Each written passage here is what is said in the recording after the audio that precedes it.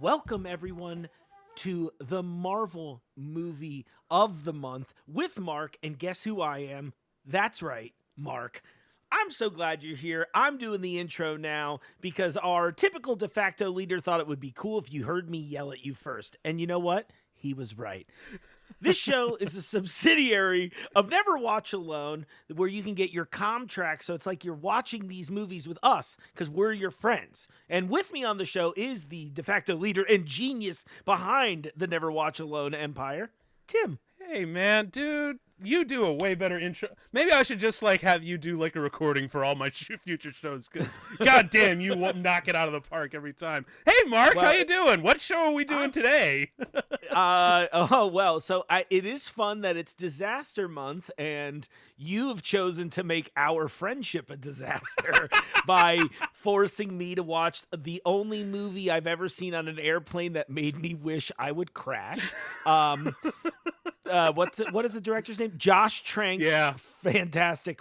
Or I even refuse to call it Fantastic Four. I only will call it by its poster name, Fant4stic.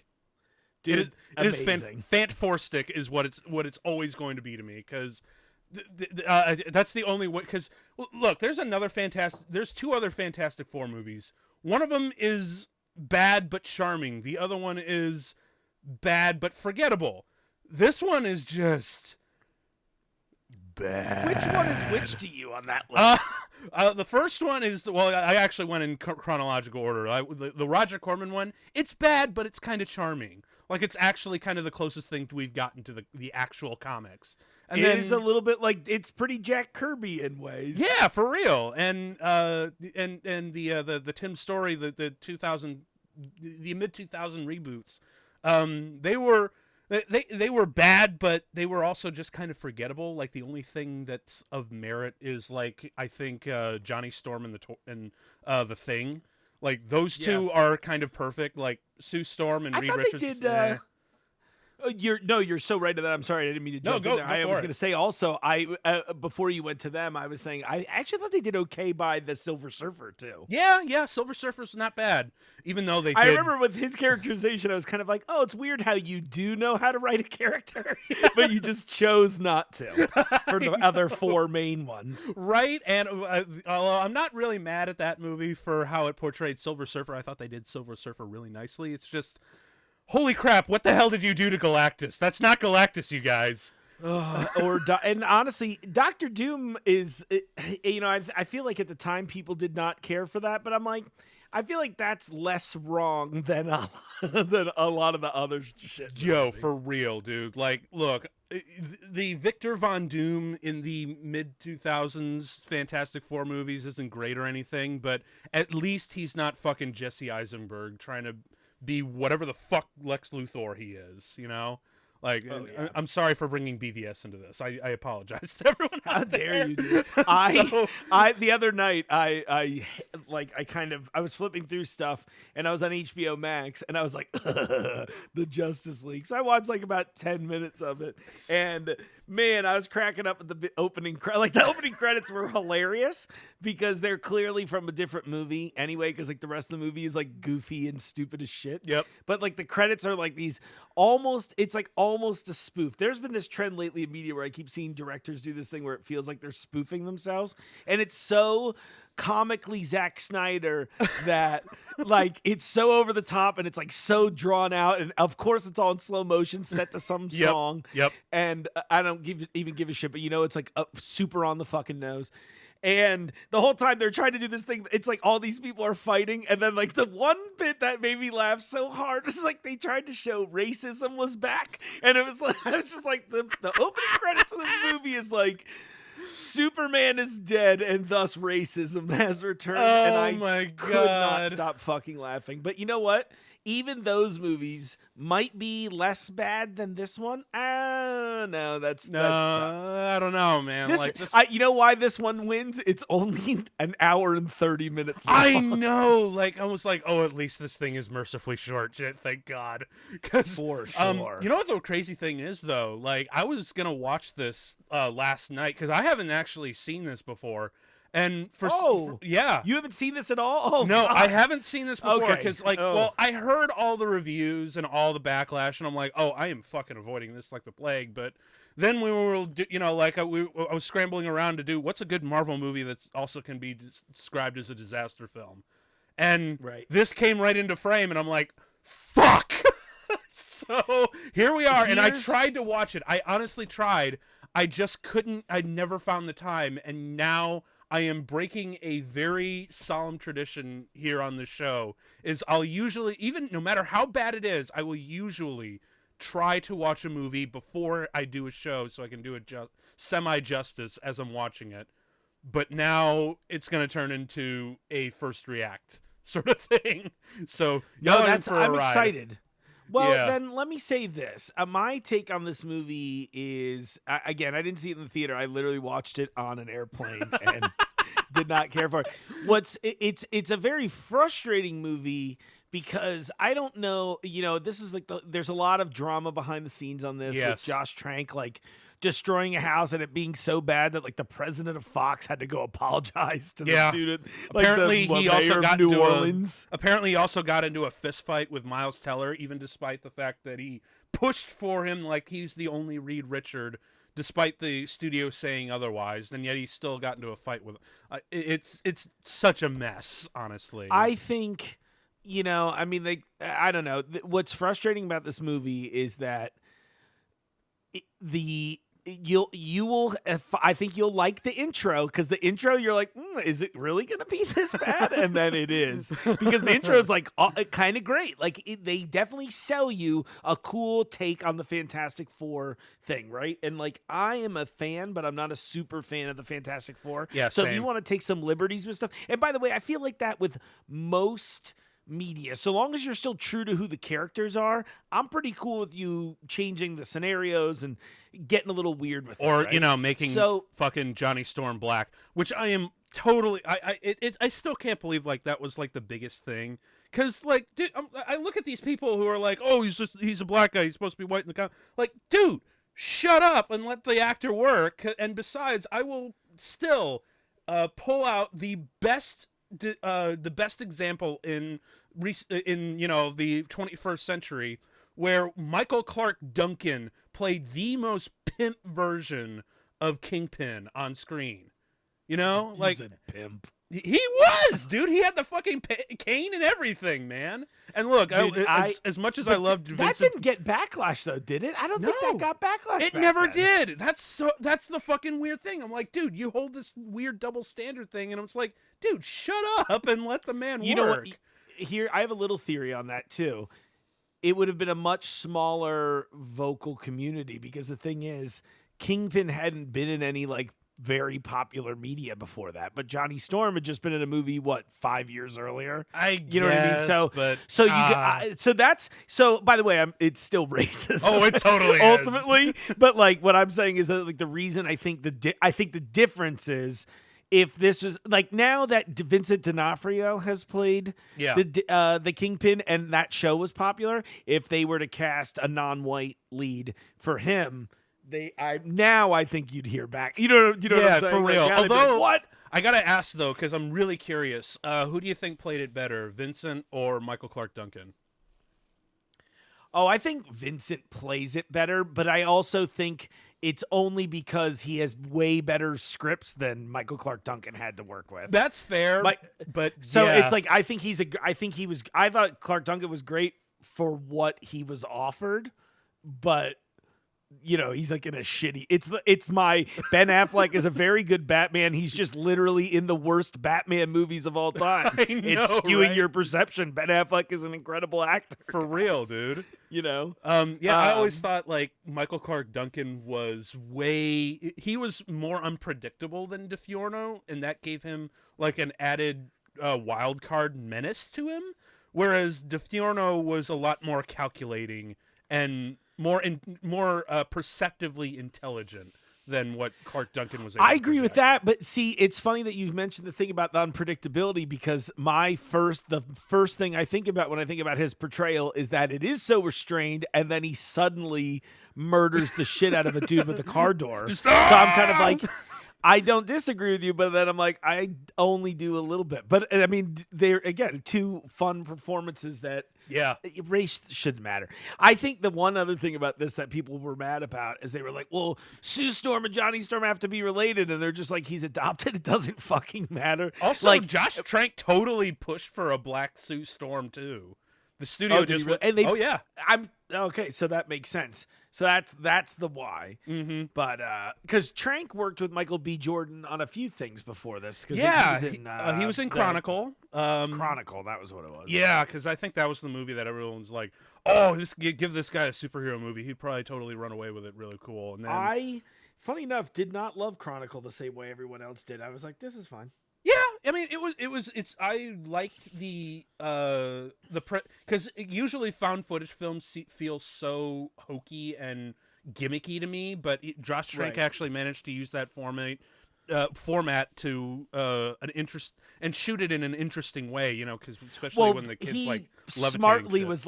I was just gonna say he smartly wrote it. And he's like, okay, well now my power set allows me to have regular camera work. In this exactly. movie. That's the cool part. It's one of those things that like frustrates me about filmmakers sometimes when they don't think that's like a critical thinking move, in my opinion, where I'm like, oh, you mean you literally wrote into the script a smart way that works with it? You know what I mean? It all works, and that's why you can do whatever the fuck you want now. Ugh. Anyway, let's. I think we should dive into this piece. Yeah, of shit. let's get this over with. I'm ready to flush this. Oh boy. Okay. So, well, folks, because if you want to watch it, because I believe Mark, you're watching it on the D+. I'm actually watching it. I found out that I have it saved to my Vudu account, so I'm watching a digital copy. Okay, right on. Yeah, I'm watching a Blu-ray rip myself, but you guys can check it out on Disney Plus. Or on Hulu. I think HBO Max has it on premium. Or, you know, you could pay $4 on YouTube if you feel like throwing your money away for us. But ultimately, yeah, if you got a Disney Plus or if you got a Blu-ray, whatever you got, just get ready to press play because we are going to get this bad boy started in 3, 2, 1, click. And 20th Century Fox. And I'm really every time I see this, I'm always expecting to hear a in the background.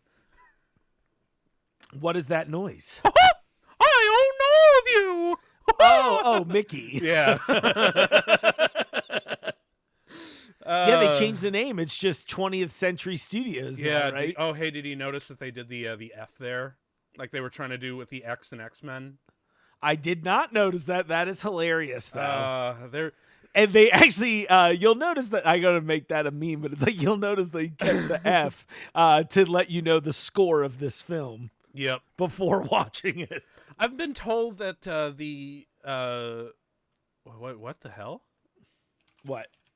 The I'm just looking up the. Oh, okay. It's just someone presenting. Okay, because I'm like they're talking about annual salary rates, and I'm like, wait, what the? Did we put in the right movie? But no. Here we go. Oh, it's the poor nerd kid. Hey, dude, check it out. It's Homer Simpson. Holy shit. That is amazing. Dan Castellaneta, everyone. Yeah, man. Dude, holy shit. I forgot because I knew he was in here. I've seen a couple of reviews of this, but I totally forgot that he was in here. That's really weird because he's like barely in the movie. It's funny that they would mention it. Although it still doesn't beat out his best cameo in kind of a shitty movie about space, and that's Space Jam. Oh, nice. Yeah, I've never seen that movie. Oh, you haven't? Oh, dude, he's actually which is weird because I feel like I was like really age appropriate for both the film and to love Michael Jordan too much. It's a shitty movie, but honestly, if you're a millennial, you get a free pass for liking it. So I'm totally in that demographic. Like, yeah, this movie's a piece of shit, but whatever. I'm in that demographic where it's okay.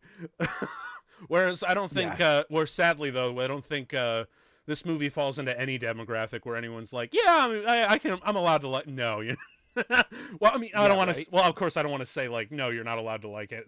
It's like, who in the right mind would though?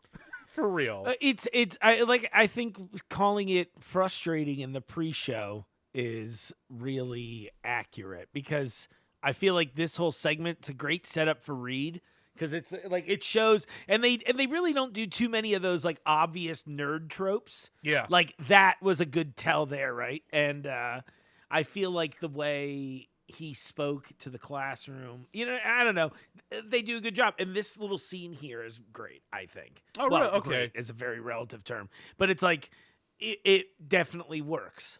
You'll see as he walks in here. I love reading the captions because it's just a lot of men are talking. Oh, pardon. Oh, let's see. Hopefully, I'm not allergic to this movie. Uh-oh, you might be. Oh, dude. God, no. I picked the wrong movie. Like, oh, no, it's Ben Grimm. Yep. Oh, wait, no. Is this the moment where they're going to be like... Oh, that's so... God. That's... Hey, it's clobbering time. Do you hear that? Yeah, that's the first... To me, that's the first major red flag of this movie is like... Oh, it's so awkward in its delivery. Like, I like the idea that it's clobbering time is like, it's it can make that interesting. Like, it's the pathological thing that makes the thing. Sort of like how I think they need to like. It's one of those things that doesn't. It works on a comic book, but it kind of like nobody talks that way. You know what I mean? Yeah, for real. Like, it's totally one thing to put it on a page with some drawings, but to do it in live action that stiffly and awkwardly, it's like, yikes. Oh, for sure. And it's like, and it kind of sucks because, again, I think this is like the good scene in the movie. And this is like, it's like a cute moment between, it's so frustrating because like then as soon as they're not kids anymore, it's awful. And you can tell the reshoots when they get to that part in the movie. Oh, yeah. I hear they're nakedly obvious. You can see, oh yeah, Kate Mara's hair is like, comically different. Like, it's amazing. Okay, now, if I remember correctly, isn't it, because I looked up on some IMDb trivia just so I can have like at least some semblance of what the fuck is unfolding before my eyes, but is this not Biff's garage from Back to the Future Part 2? Oh, it really does look like. I bet it is. No, it totally is. Like, oh my God, that's fun. Are they trying to like do like a tribute to Back to the Future? That's actually kind of adorable. It might be because I think they invent. Well, they don't invent time travel here, but he definitely does the. I think this is the. We're not calling it the negative zone. They might call it the negative zone. I really don't remember. I just remember they shy away from a lot of comic book lingo in this movie. Like, they're actually, except that yeah, they do, and then they're also like, it's clobbering time when his weird dipshit brother starts beating him. I'm like, what the fuck? Make up your mind. You know what's funny though is the Marvel movies are gonna use it, but it's gonna be a joke. Yeah. And it's going to be a thing where the Hulk either is like, I'm smashing. And he's like, you know what I mean? You clobber. It's like Mark Ruffalo in Endgame where he's just like, yeah. Like, it's gratuitous, but whatever. Exactly. Right. So what the hell are these kids? Okay, so you're going to tell me. They're inventing. Oh, look, isn't that, what's his name from... Oh my God! Wait, you're right. What? From what? Eric Wareheim, right? Or not Eric Wareheim, the other one, Tim Heidecker. Which one is it? Oh fuck! Yeah. I never remember which one is which. And from Tim and Eric. Yes, which is even worse. I can never remember them because we met one of them in the San Francisco airport randomly once. Wow. Yeah. Well, it's probably okay. He probably doesn't mind that his face is really forgettable because I'm sure. If you're in a movie it's not like forgettable. This, I know I'll be like, oh, you're either Tim or Eric. I just don't know if you're. Does that make sense? Well, yeah, I'm actually guilty of confusing Key and Peele the other way around every once in a while. Yeah, that took me a while too. And then once Jordan Peele started making more movies, I was like, thank you for making it easier to remember who was who. And I'm like, because anytime there's a duo, I literally cannot forget who they are unless they are. If they're an even duo, that's the trick. I guess it was easy. Sorry. No, it's cool. It's like, yeah, all Jordan Peele had to do was become Black Hitchcock in order to break away from that. Oh my God. Oh boy, here we go. The 7 years later. and it's a science fair. Okay, so this kid basically made a college level experiment when he was like 11 with and I'm quoting the movie here, power couplings from a junkyard. Yeah. Now, I'm not really well versed in mechanics, but I'm pretty sure a power coupler does not exist in any car, let alone not just from today, but let alone from 2007. There was probably a Jack Kirby thing. I guess. But okay, so they're making a teleporter. Okay. Right. You know what? Yeah, so it's like, so Whiplash and Billy Elliot built a teleporter for Homer Simpson to judge. You're totally right. This is great. Oh shit! I love what's his name though, Jamie, whatever the kid that plays. Jamie Bell. Jamie Bell. I was like, I was getting all of the words confused in my head. I think he's great. I actually think another frustrating thing about this movie is that it's a good cast and they're all performing. I know. That's the thing. Like you have all these talented people just going to all these, just having it go to waste. Because I mean, this is right after Whiplash too. Like Miles Teller just blew everyone the fuck away with with his mad drum skills, and then he goes and does this. And it's just like, dude, fire your agent, man. Well, the thing is, my thing is, I think the OG script might be good. Yeah, I think. Did you actually? I think look whatever at it? happened in post, I haven't bothered to, but I think the thing is, like, look, I can understand why some diehards are mad about the way some of the things went in this. Yeah, and I'm not crazy about the way Doom looks, feels, kind of. Yeah. But I think there's some kernel of quality in the original idea. But I think all the drama behind the scenes killed whatever quality movie it would be. Yeah. I don't think the reshoots and cuts were done by Trank. I would assume they were studio things. No, because they're not shot the same way. I mean, it's like all that kind of stuff. You can just definitely tell someone else is involved in the movie at those points. Yeah, for real. Because honestly, it's like because it was the thing where I was like, dude, there should have been like a really big red flag about. I know we constantly are just talking about like the drama behind the scenes, but in all fairness, literally all the drama about the making of this movie is way more interesting than this movie itself. Like, you can go to the bathroom at any point in this movie and you will not have missed a fucking thing. Right. So, and it's like annoying to me because I feel like, here's my theory. I think the original cut, whatever they wanted to do, is probably like 2 hours long. yeah, it was like a 2.5 hour thing, I think, is what Josh Trank was So shooting I for. think you can tell they cut an hour out of this and shot around it to Yeah. make it, quote, work. And that did not work. No. So look how good her hair looks there. Everyone pay close attention to how good Kate Mara's hair looks here. This is the original movie. Yeah. Okay? Anytime her hair looks like that, that's a huge tell. Also, R.I.P. to Reggie Cathy playing Mr. Storm. I forget his name, but Yeah, I mean, he just passed, I think, this last year. dude, that it fucking sucks. We not only have Kate Mara, a great House of Cards actor in this, but we also have Reggie in here. So we have not one, but two wasted great House of Cards actors in this. But although, in all fairness, though, Kate Mara actually did get something really nice out of this, and that was Jamie Bell, which she wound up getting married to. Like, shortly I had no after. idea. Yeah. Apparently, they started dating like afterwards. So even though this was a shit movie and kind of like a rough time making this, because there were a lot of clashes with Trank on set and whatnot, but she get hooked up with Jamie Bell and evidently is happy. I assume they're married. So it's so hard to tell these days, but. Honestly, if you get a husband out of a movie that's absolute shit, I still kind of sort of call that a win, I guess. Yeah. I mean, at least for her. I imagine bonding with your coworkers would be very easy in trying times. Yeah, for real.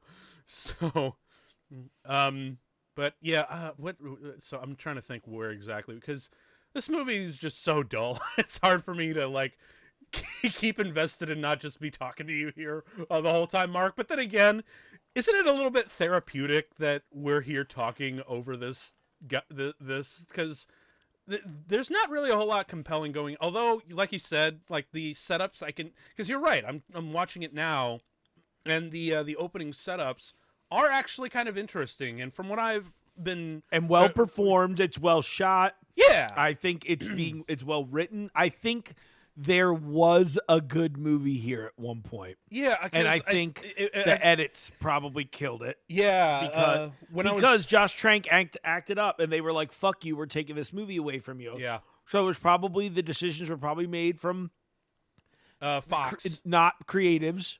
You know, probably the business people are like, "How much money did we lose on this? All right, cut it, release it."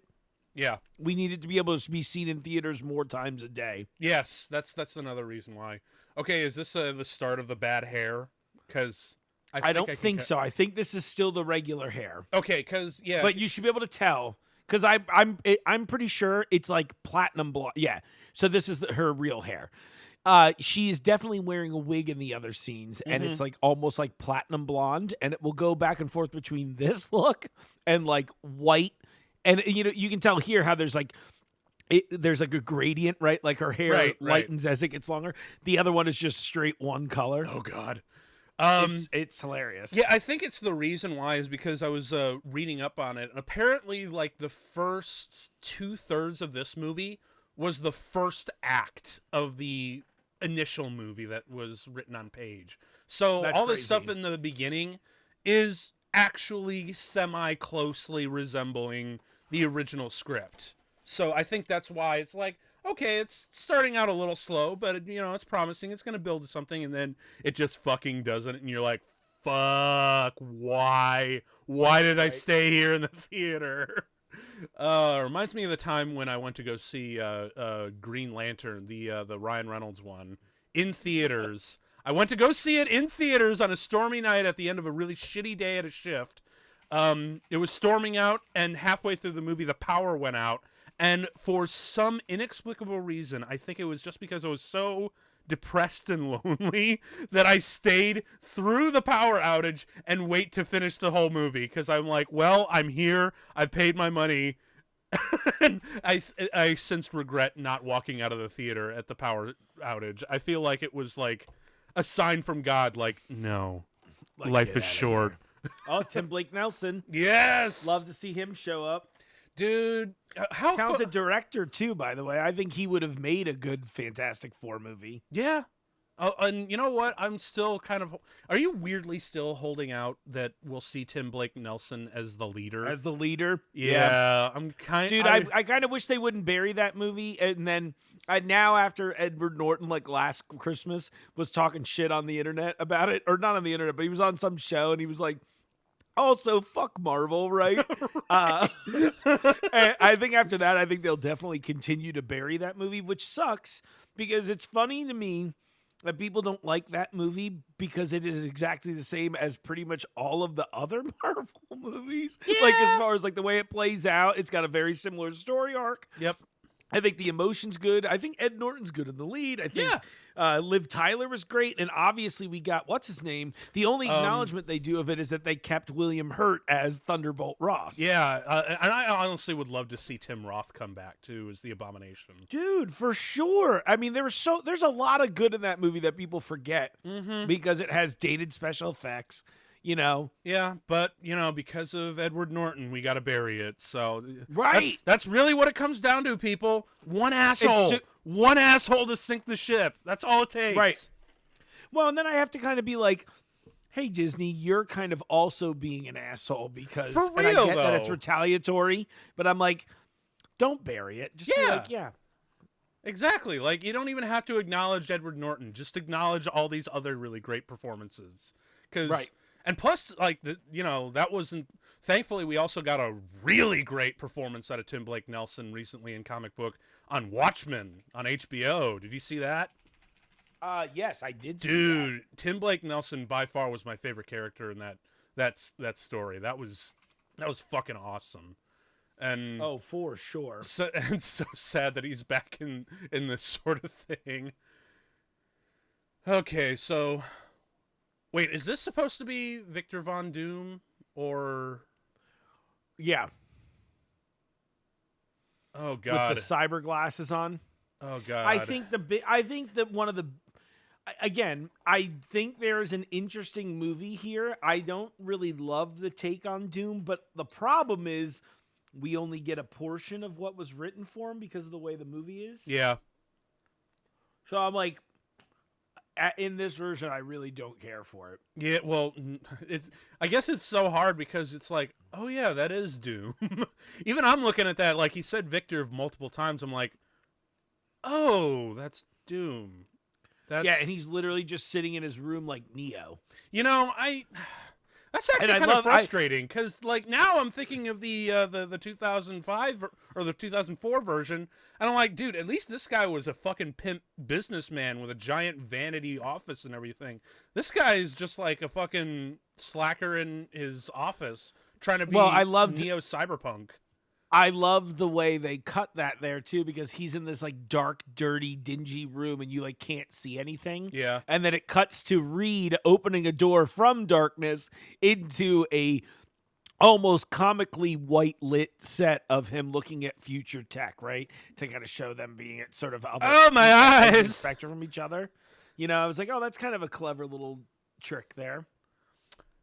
But this, I think, oh man, I can tell you're right with the hair, because there are some shots I saw where it's solid and others where it's not. Oh boy. I honestly don't think we'll get to that. I don't think we'll see much fake hair. I don't think we've seen any of it yet, to be honest with you. Okay, so I could be wrong. I guess I'm just bracing myself for the worst. Right. Okay, so there's Victor again. Yeah. And they're trying to quote Albert Einstein to be important.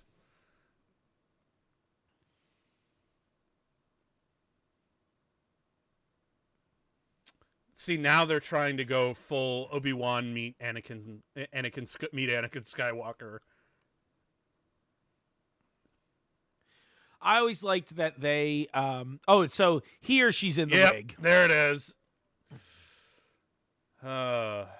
Also, yeah, I think a huge tell is you can see in the part that it doesn't actually go down to her head. Mm-hmm.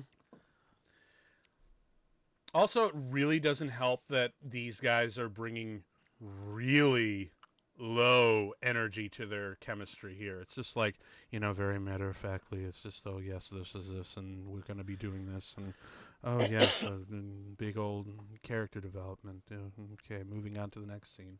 I feel like a little of that is also somewhat sign of the times too, because this is what year is this? Like 2000? This is 2015, man. Oh, it was 2015? Okay, I thought it was earlier than that for some reason. No, this was, and it's crazy because this was going up against, like, Jurassic World, and obviously the studio's like, look, we cannot physically release we have to release this in the summer because there is no way in hell we can release this for a Christmas release because we're in competition with The Force Awakens.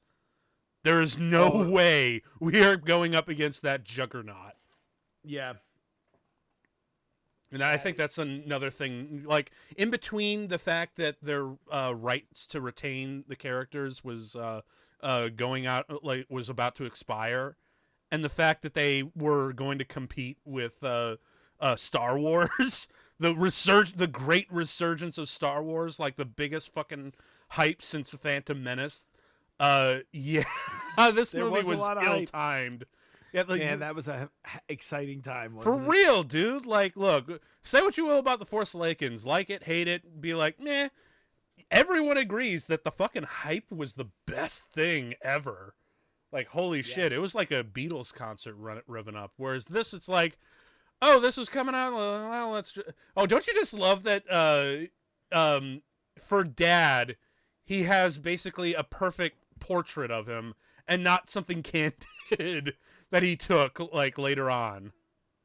Right. You notice that sort of thing? Like, that's the kind of shit. Sure. Yeah, it's like one of those little in-universe things that you notice. And we now have Michael B. Jordan, and thank holy Christ that it took a very short while for Michael B. Jordan to be in a great comic book movie after this. Yeah, and play in arguably the best role in that film too. Oh, I was going to say, without question, the best part of that movie. Yeah, for real. Like, also, can we talk about He's the just music choice? such a killer. What's that? What is this music choice? I can't hear it at all. Let me. It's In the Shadow of Love. It's like an old Motown, In the Shadow of Love. Like, what? Is that what we're setting this high-speed street race to? Oh, that's bizarre. That is really, really bizarre to me. Because, I mean, like, I know you're at home watching it, without the sound on, but I've got the sound in my my headphones at the moment. And okay, so I just turned it up for a second. I'm like, oh, I actually kind of like that. Oh, okay. I'm just like, it feels a little strange to me. I see it, and I totally agree. By the way, look at that Judith Trank Memorial Hospital. I wonder if that's a real sign or if that's a relative. No, that's I believe that's Josh Trank's mother-in-law. That's hilarious. No, what I was going to say was I think they were trying to be cutesy about it, if that makes sense. Oh, like the whole... It made the scene play kind of both... It, in a weird way, gave me Guardians vibes, right? Because like they use the old 70s music like that, and you're like, oh, that doesn't work. Oh, it totally works, because like it's all about like evoking whatever emotion you need, and Guardians is kind of funny. I almost feel like that was supposed to be funny from a humorless director. For real, dude. Because that's I think what threw me about it is because the whole tone is very low energy and kind of not like totally morose, but bordering on that, and then that comes out of nowhere, and it's just like, wait, what? Now I'm also got to ask, because I know you've seen this already. Oh yeah, that race that was the first thing that passes for an action sequence we've seen, and we are 25 minutes into the movie. So is there any other like legit action sequences? Because apparently I heard the studio cut like 3 full on like straight up action sequences. I can totally see that being accurate. Because like again, I don't really remember the movie very well. I just remember not liking it. I don't think there is any action, though, now that you mention it. Like, I legitimately think that, I don't think there's any action in this movie at all. I think the closest thing we get to an action scene next is them learning to use their powers, but, like, barely. Well, yeah, I think, like, I remember hearing one review saying, like, all the action that you see is them watching do random power shit on a television screen, and that's the extent of anything resembling cool superhero action. Oh, absolutely. Sorry, I'm sitting here. I was trying to like look up background data. I always hate when I do that. I'm like, oh, hold on. I'm looking this up. It's always funny because it's like in an audio setting. I'm like, oh yeah, nobody can see me not paying attention. We're shameless cheaters when it comes to that kind of shit. Well, I mean, we kind of have to be. This is the modern world. People expect us to be on top. They're not going to accept it if I'm like, I think this is a thing, and then they got to Google that shit. Right. That's not fair to them. It's not fair to me. It's mostly not fair. Oh, look at that wig. The montage. It's beautiful, isn't it? Oh, the montage is like, it does not have... I think the montage, by the way, cuts off a huge portion of this movie. Oh, I think that was like, dude.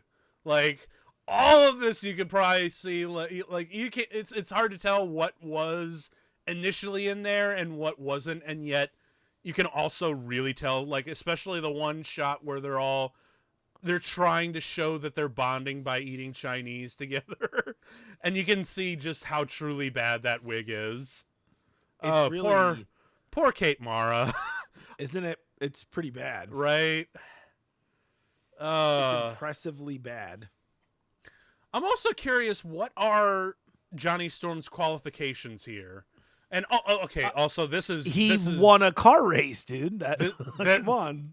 That shot of, like, Reed Richards taking his selfie, that is That feels like such a degrading millennial studio note. Like, oh, he's a millennial age. He's got to take a selfie, right? Right? Yeah. Throw that make in him there. make him take a selfie there. Oh, God. And look, it doesn't even match. Dude, do you see, like, you notice like that cheap, like, weak smile that he's like, hey, candid selfie. And then, you know, and the one that he actually sends is like, hey, like it's actually got some energy and whatnot. Right, it's sort of funny that they would do that in the first place. It always makes me think of the fourth Indiana Jones movie. Yeah. And there's a gag in that movie where I forget what the whole setup is, but like Shia LaBeouf almost gets killed, and then Indy saves him, right? And Right. Shia's like, holy shit, I thought you were a teacher. And it cuts to Indy and he's like, part-time. You know, Oh, like, yeah, it's supposed that- to be funny. I think So I it's remember funny- talking to this. So, like, on when we were doing the Indiana Jones movies, like, I think Yeah, you mentioned that. it's a not great performed line overall, but like what's fucking crazy about it is that the trailer Yeah. has a better cut of it than the actual movie does. Yep. So like if you watch the trailer back to back, they use two different takes and they put the worst one in the movie. Yeah, for real. It's weird. Part man. time. And it's even stranger that that's Spielberg, too. Like, man, like you would have thought, and his editor, Michael Kahn, the dude who put together some of the best movies you've ever seen. It's so Right. strange. Like, I don't know. You're like, this is what we're gonna die on, huh? Mm-hmm. Well, maybe they'll do good on us for Indy 5. Because let's be honest, historically speaking, the odd-numbered indie movies are fucking great. Right. So I'm glad that you also don't like Temple of Doom. I look, I appreciate those fans out there, and I understand why you like it. I am just not one of them. Right. So, but back to this movie. Oh man, it's so hard to stay on track of this movie because it's not even interested in itself. Do you notice how like it's movies like this in particular, like it's trying to be edgy and dark like The Dark Knight, and we're not a superhero movie. We're this other genre that just happens to be a property of these superheroes and whatnot. Like, you know, it's like, dude, come on, like just go right into it, man. Oh, for sure. It's like silly that they handle it that way. It's so silly to me.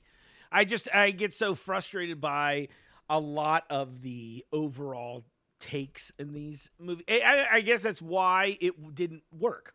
Yeah, You know no, what I mean? for real, because like it's. Cause really, you know what was one of the big red flags? Because I was reading up on just like all the drama, because like I said, the drama behind this movie is way more interesting than the actual movie. Matter of fact, They should do a documentary about it. Exactly, I was about to say they should do a documentary about chronicling the. No, Ha yeah, exactly. Chronicling, pun It intended. even looked like Tim Blake Nelson smiled at the same time while you made that joke.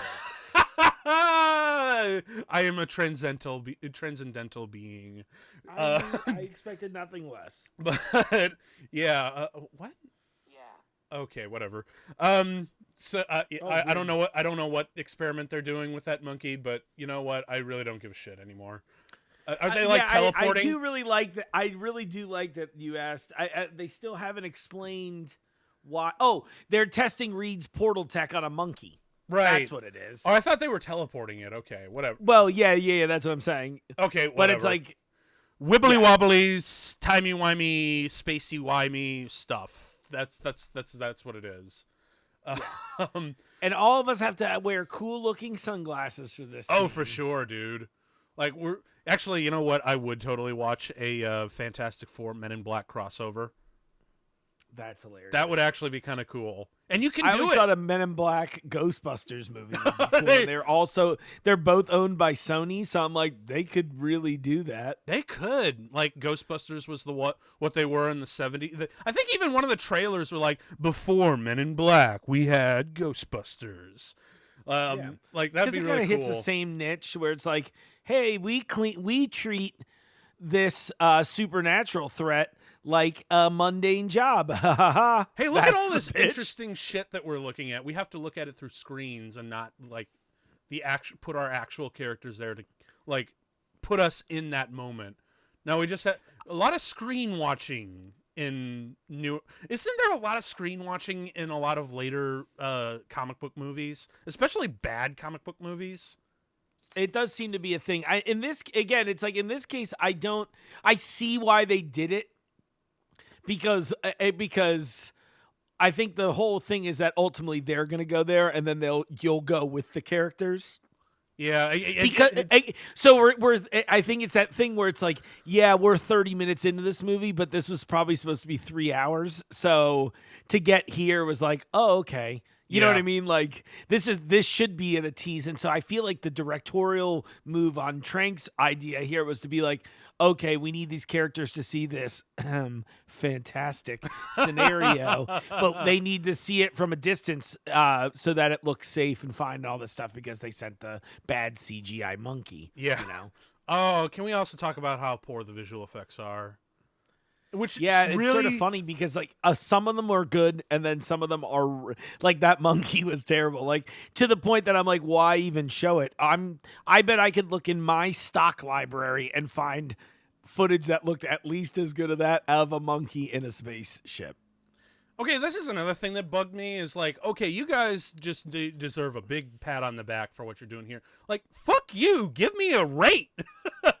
Like, yeah, right. What, like, shut the hell up and pay me this. Give me the billions for this potentially $1 trillion technology. Shut up and pay me, and don't pat me on the back. That's when you know this was produced by a much older demographic of studio heads. Be like, oh, these millennials are doing a great job. Let's give them a pat on the back. And we'll just take all of their money. Yeah, my my sentiments exactly, Victor Von Doom. Just straight up give him the finger. Yep. That's so funny. I was just thinking that too. Waterboarding in the fourth dimension. There you go. Oh, man. Oh, geez. You're giving the U.S. military all kinds of new ways to torture people. Right. I mean, that is sort of the thing, though. And it's funny that it's kind of, I don't know if this is a hindrance or help to the new Fantastic Four movie, but I always feel like exactly this threat of like kind of government intervention to do bad things with technology like this. Because, yeah, you literally could just dump people in the negative zone and no one would know, but the people who do that even existed. Oh, weirdly enough, they totally do that in the comics. Like the negative zone is like the Supermax prison. But you know what? Love that. Now I'm starting to see why they don't pay these guys and just give them pat on the backs for inventing this stuff. Because they're going to be drinking on the job. Like, fuck you. Man, everyone's an asshole in this movie, aren't they? It's pretty much. And, of course, because we're going to make it edgy, we got to make it look edgy by having everyone have conversations constantly in dark rooms. Yep.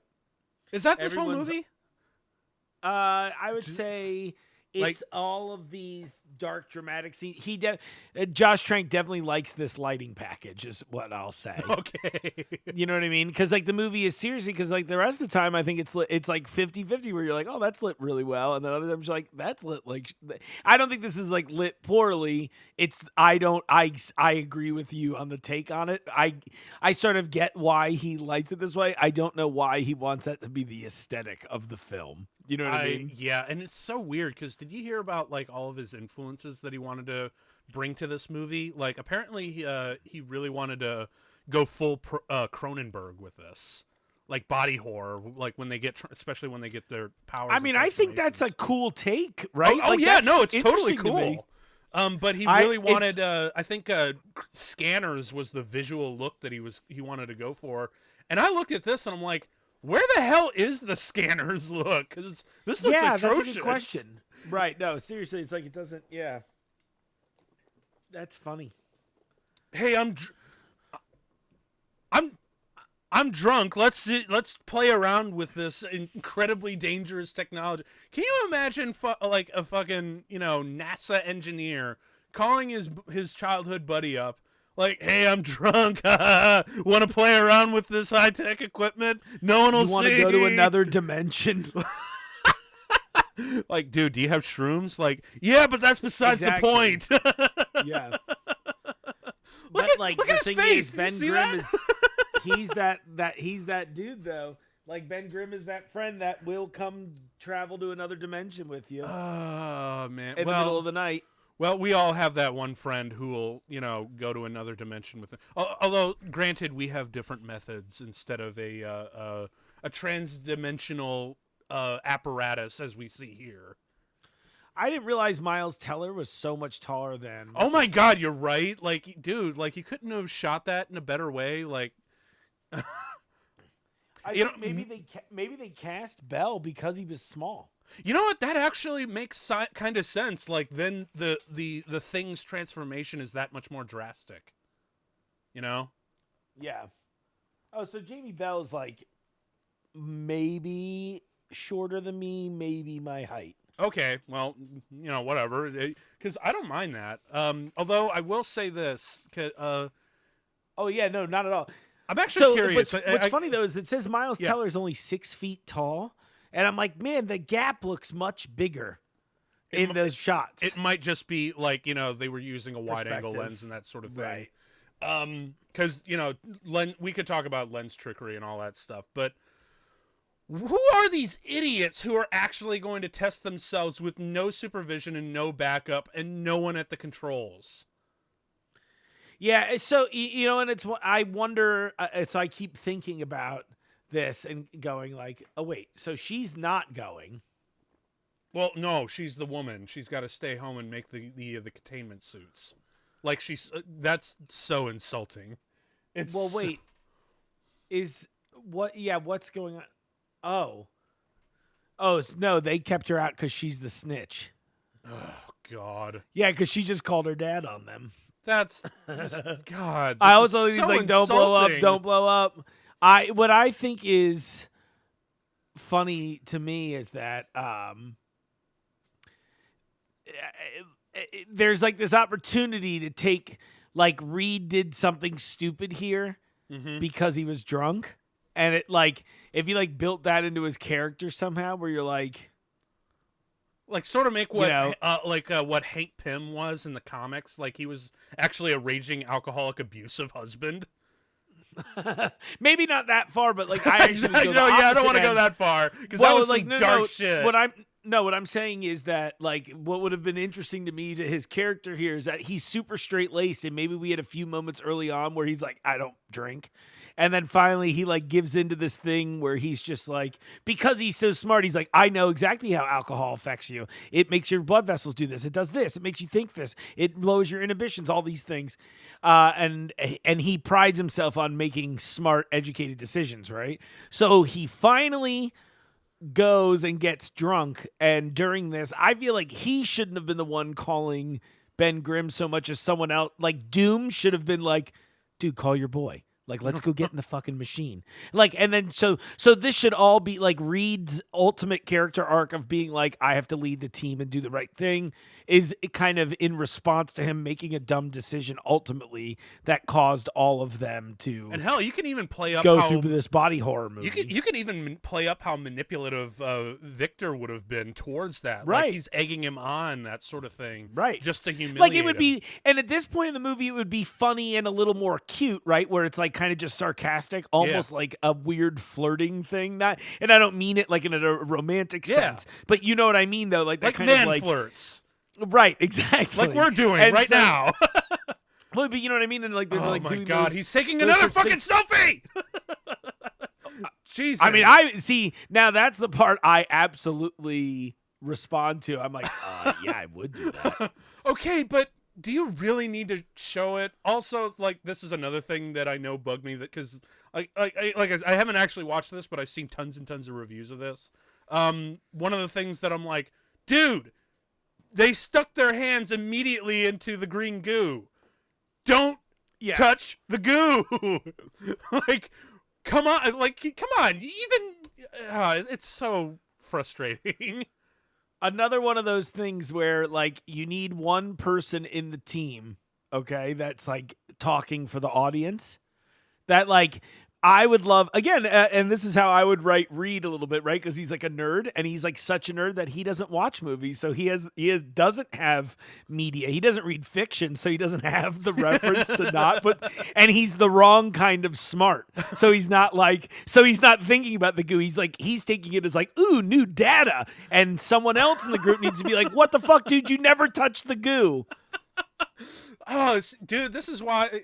Okay. Man, now we really should have been in the writing room for this.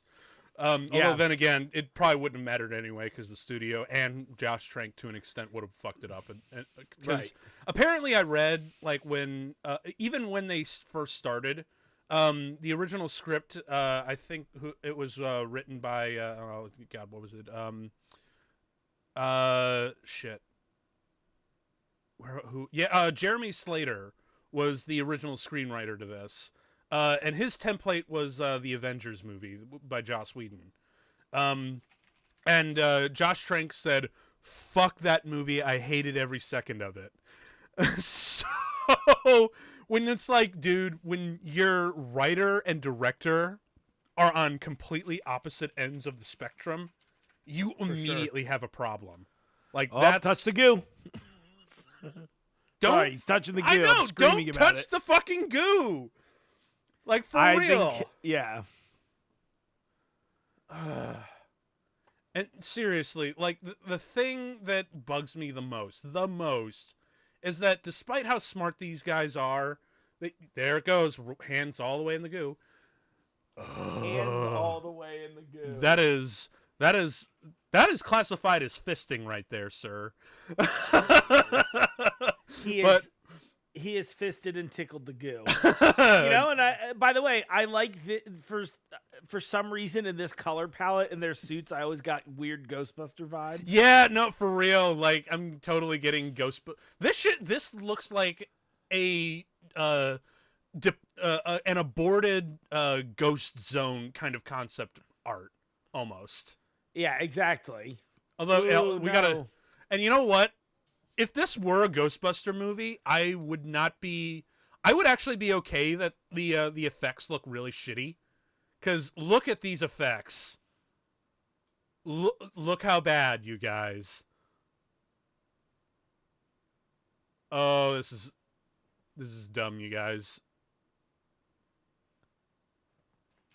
And there he goes. Don't fall into the goo. No, the helmet goo. Oh no.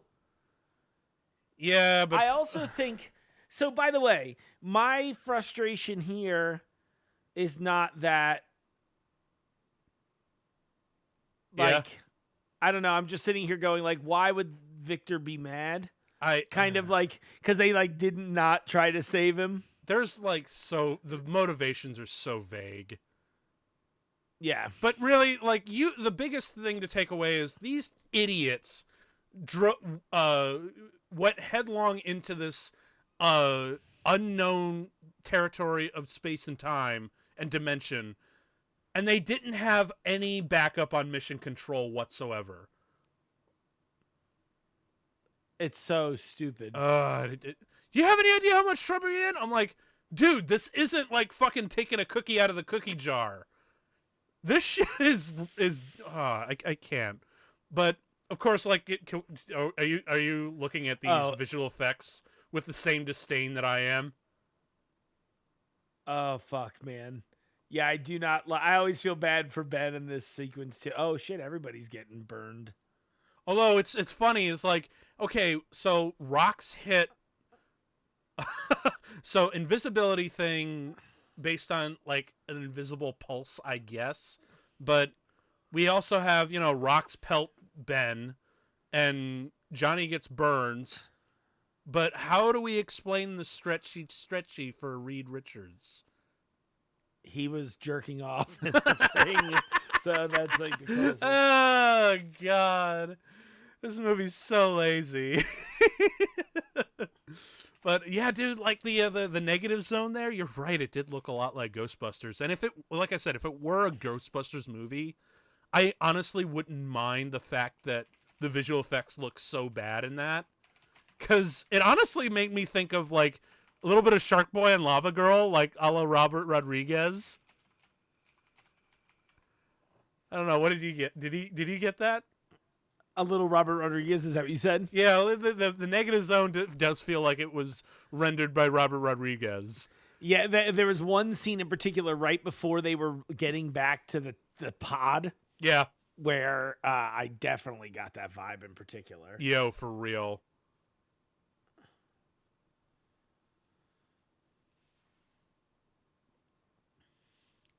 This is fucking Oh nuts. God, that's no pile. That's no rock pile. It's a thing. I like the way the Thing looked in this. Yeah, I heard that was all right, even though he doesn't wear pants or whatever. I guess that's, I don't know. But you know, I gotta admit, I kind of actually miss this is actually kind of cool, where he sees him stretched. Like now, I can kind of see the Cronenberg like vaguely peeking in, but that's all we're getting, because obviously this is another location and time jump, so clearly the studio is just like taking over right here. But he reads all stretchy. Are you stretching or are you dragging? Long. Are you stretching or are you dragging? So you do know the difference. Boy, can you just imagine if J.K. Simmons just showed up out of nowhere? Yeah, J.K. Simmons. I feel like that should be the new. That should be the new like Stan Lee thread in these movies, is that J.K. Right. Simmons should show up in like there should always be a scene of J. Jonah Jameson's show where he's screaming in the background or something for some reason. Although, actually, speaking of Stan Lee, because you totally mentioned, did you know that actually Stan Lee actively declined to do a cameo in this? That's when you know the movie's really fucking bad, is when Stan Lee doesn't do a cameo in your movie. Although, you know what was really funny, though? Apparently after... oh, check it out. He's... Oh, wait, no, never mind. I was thinking, like, oh, he's beating, like, Whiplash. But no. Going back to Stan Lee... That's funny. But going back to Stan Lee is... apparently because Josh Trank was under a lot of stress when this movie got released, and, you know, there was also that Twitter controversy about how he's like, oh, I wish I had made a better movie of this. Stan Lee actually went out of his way to write him a letter basically saying, are you okay? Which is such a sweet Stan Lee thing to do. God, man, we miss you, Stan, for real. I miss him too. I'm just really glad. The sweet smell of his breath on my neck. I'm actually just really glad that I got to meet him in Chicago a few years before he passed away. He even signed my Spider-Man poster, which is the best. Oh, shit. That's so cool, though. You're on fire.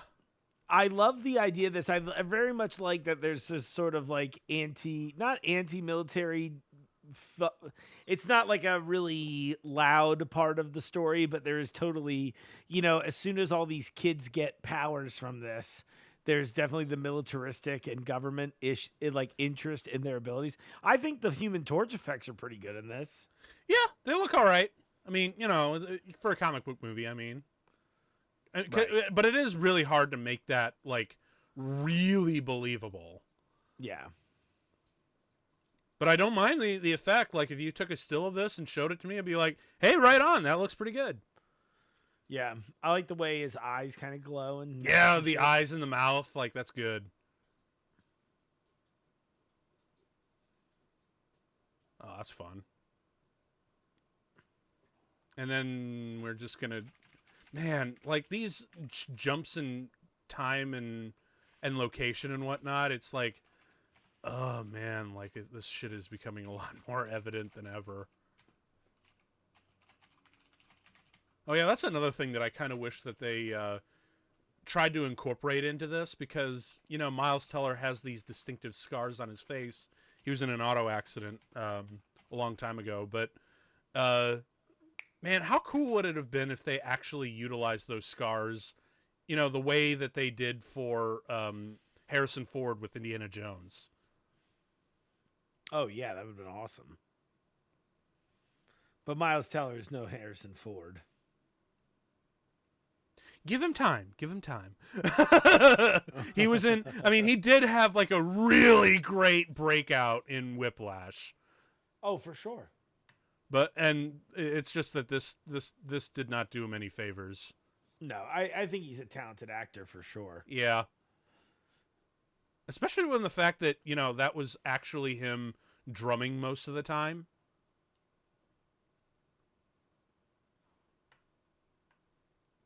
So now this begs a question. Who is the best version of the Thing? Or you know what? Even better, who's the MVPs of this movie for real? Who do I think the MVPs of this movie are? Yeah, because it's kind of hard for me to put it down. Probably the production assistants who had to deal with all the bullshit. No, I mean, I'll be honest with you. I kind of don't think... I think the cast is pretty even in that they're all really good. And, like, I love Ben Grimm in this. I don't know how to say that. I'm like, I don't really love Ultimately, but right, like, if I just took like a frame in a moment, I think everybody's performing what they're given well. That's the way I should say it. Because I think Miles Teller in this is my least favorite, I guess, if I had to. He and Kate Mara are probably tied for the bottom. Everybody else is... Reed Richards and Sue Storm just aren't very interesting in any of the movies, are they? They also, for whatever weird reason, they always cast two actors who have zero chemistry together. I know, right? It's so weird. I don't think these two look as mismatched as I thought Ioan Gruffudd and Jessica Alba were. Like, I'm always shocked she got cast, but I kind of get it because she was popular at the time and pretty. Yep. And, but no, I'm just sitting here. I don't know.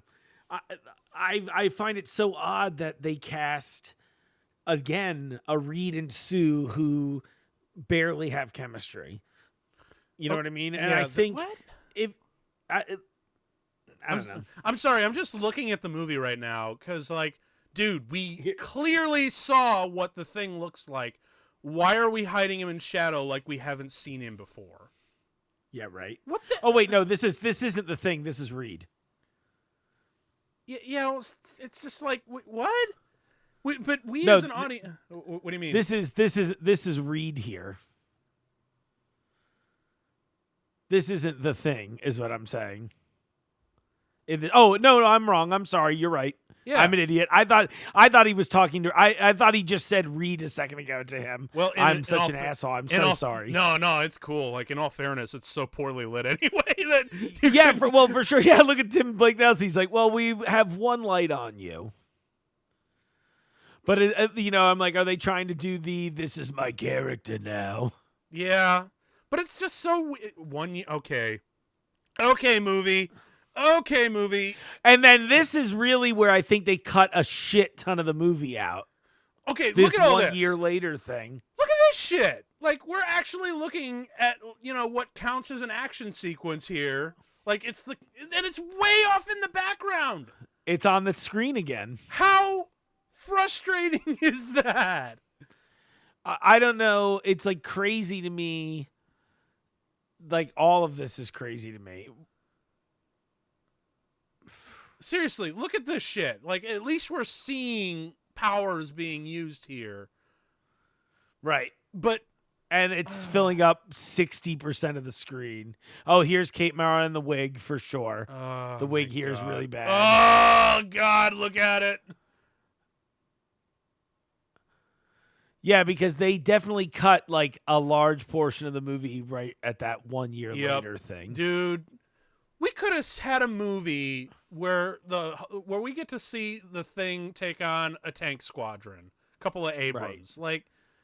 Man, dude, that is That is so. And what sucks is they did the effects, right? They shot that scene. Oh, can you imagine those poor visual effects artists be like, we slaved over this movie countless times, and this is what it looks like in the end?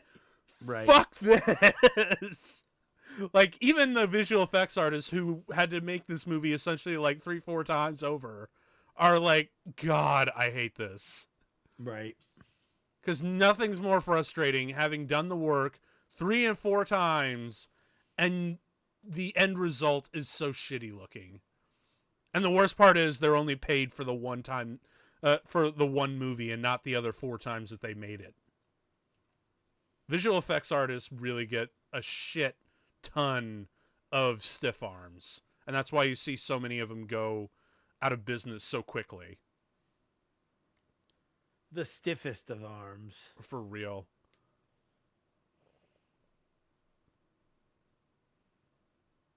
Okay, cool. We ever gonna see like any cool shit? No, he's just gonna like flame on here and fly for a second, and then I think that's it. Here you go. Oh my God. So then I think this is old Sue footage. I can't tell, but it's all dumb.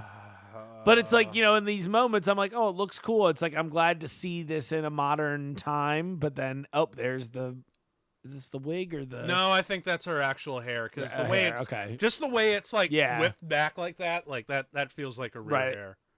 Yeah, you wouldn't have you can see where it touches her scalp. Mm-hmm.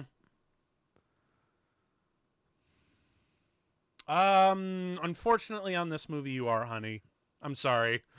Even Kate Morrow is like, yeah, look, I'm not mad that I did this movie. I'm just mad that I didn't stick up for myself on set when I needed to. Damn. God.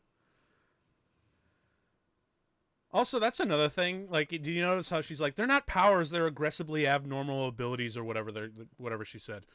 I'm like, dude, this movie is ashamed to be a comic book movie. Yeah, it's like it was like sort of like he wanted to do like, what if this was real? So it's like, it's kind of why I don't really, again, I see his vision. Ben! Like we're trying to watch the action sequences. Like, what is this? Look at this! Look at this! We're getting an action sequence. Fuck! This is so annoying. God, how long?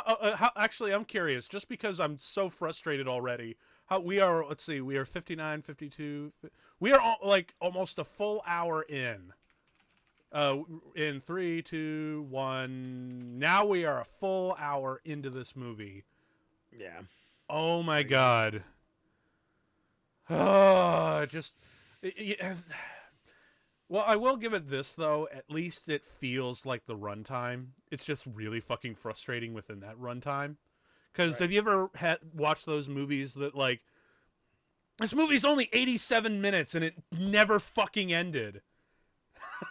Like, yeah. I think I experienced something like that over the holidays. I was watching, I actually subjected my family to the Star Wars holiday special. And my mom was into it. Like, she was like, I want to see how bad this really is, but she wound up leaving around the time the instructional video was coming up. So by the time B. Arthur rolled around, literally no one was watching, including me. And I remember because I think that whole special is like maybe less than 2 hours, minus the commercials or anything. But I remember it was just still. My dad looked around in the corner and was going like, "Is that thing still going?" And it was only like an hour and a half in. And I'm like, "Dad, yes, you don't understand. This special warps time and slows it down because it's so grating and boring." Granted, I don't think this movie reaches that level, but I will say this: it's coming damn near close. A little too close for comfort.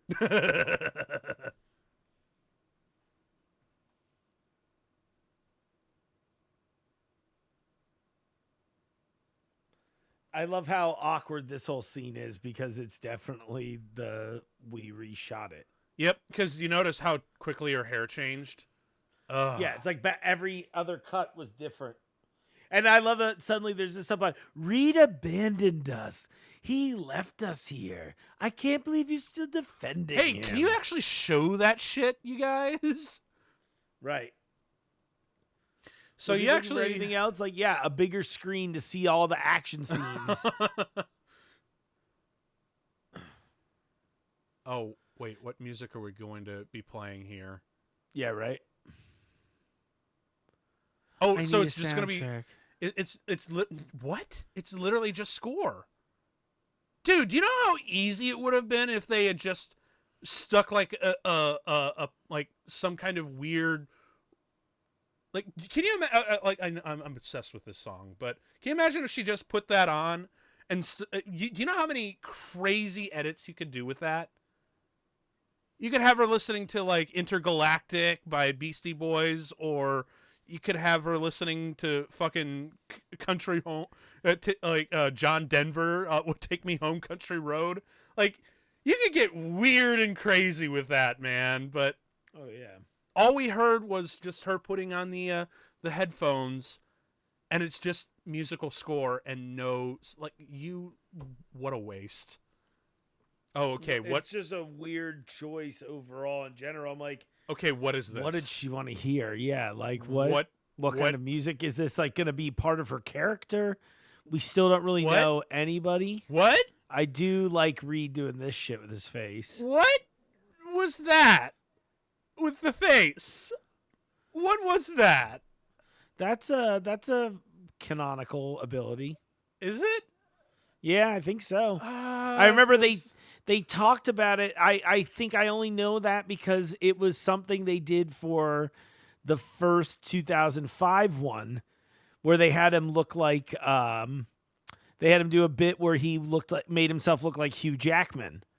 And I did the reaction you just had, and I was like, what the fuck? And I looked it up, and I remember being like, oh, okay, I guess that's a thing. Well, whatever. It doesn't do it often because it's corny, and Reed's not that guy. So it's like a useless power to him. So, like, it's weird that they have him doing this in the first place, but I don't know.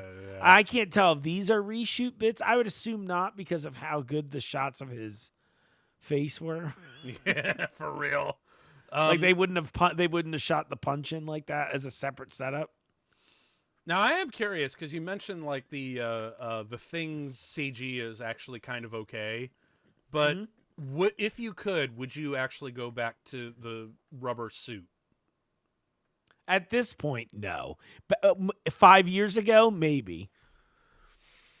Like, I definitely think there's charm to having it be practical, but like, look at the Thing, right? Like, if it were me, I would years ago I would have been like, let's like Peter Jackson, a jacked dude. Do you know what I mean? Like, yeah. And let's do some forced perspective and get clever about it, and maybe pat him out with maybe some prosthetics and a little like either way, I even if it was a practical suit now, I would still be like, add some CG to touch it up a little bit type. Okay, shit. That's fair. But now I would say CG's the move because we've gotten to the point where we really can. Oh shit! Are we actually going to get an action sequence? Of course not. He's Reed. Oh no, you're right. There's action. Shit! Oh shit! Holy shit! Are we gonna? Oh my god! We're actually got an action sequence here. This is okay. So we are an hour and 5 minutes in, hour 6 minutes in, and we finally got one. Oh shit! Are we gonna have like a versus?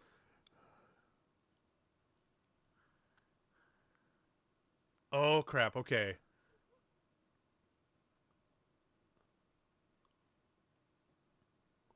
And now it's over. Wow, that was, man, that's disappointing. God, that's frustrating. Actually, Yeah, dude. Like I thought we were gonna have like a full on versus moment, like that great moment in Avengers where it became a fight between Captain America Thor and Iron Man. But no, it ends in one head. Wow, that is, dude. I honestly can't believe I'm looking at this.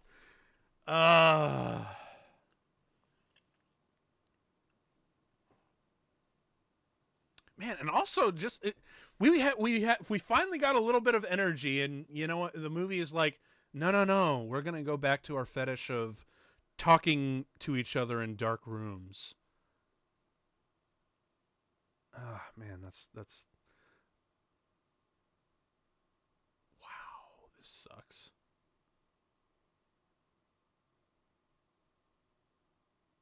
Okay, harsh. Okay, so now How what's how's up? his voice? I'm gonna mute it. I want to hear Ben talk. Well, never mind. Next time Ben talks, I'm gonna mute myself for a second so I can hear him. Right, because oh, this is so strange. The whole movie is strange. It's so cut up, you know. Yeah, no, And yeah. When you see the time jumps and oh my god, another dark room where people Here are we go. talking. Jesus Christ. Man, people complained about the Phantom Menace being all about like fucking Senate meetings and boring trade negotiations and blah blah blah blah. Like, shut up. At least we had Duel of the Fates.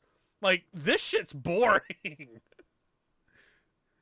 as a matter of fact, you know what? You know what just hit me? It's especially in this shot right here.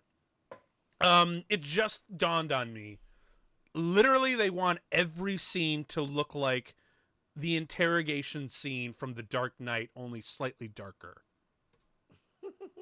Look how bad her wig is here. Dude. Oh god, it's so bad. Maybe that's another reason why they wanted all these scenes lit so darkly. Is like, oh no, like she's totally not wearing a wig, you guys. Like, look how dark it is, right? Right?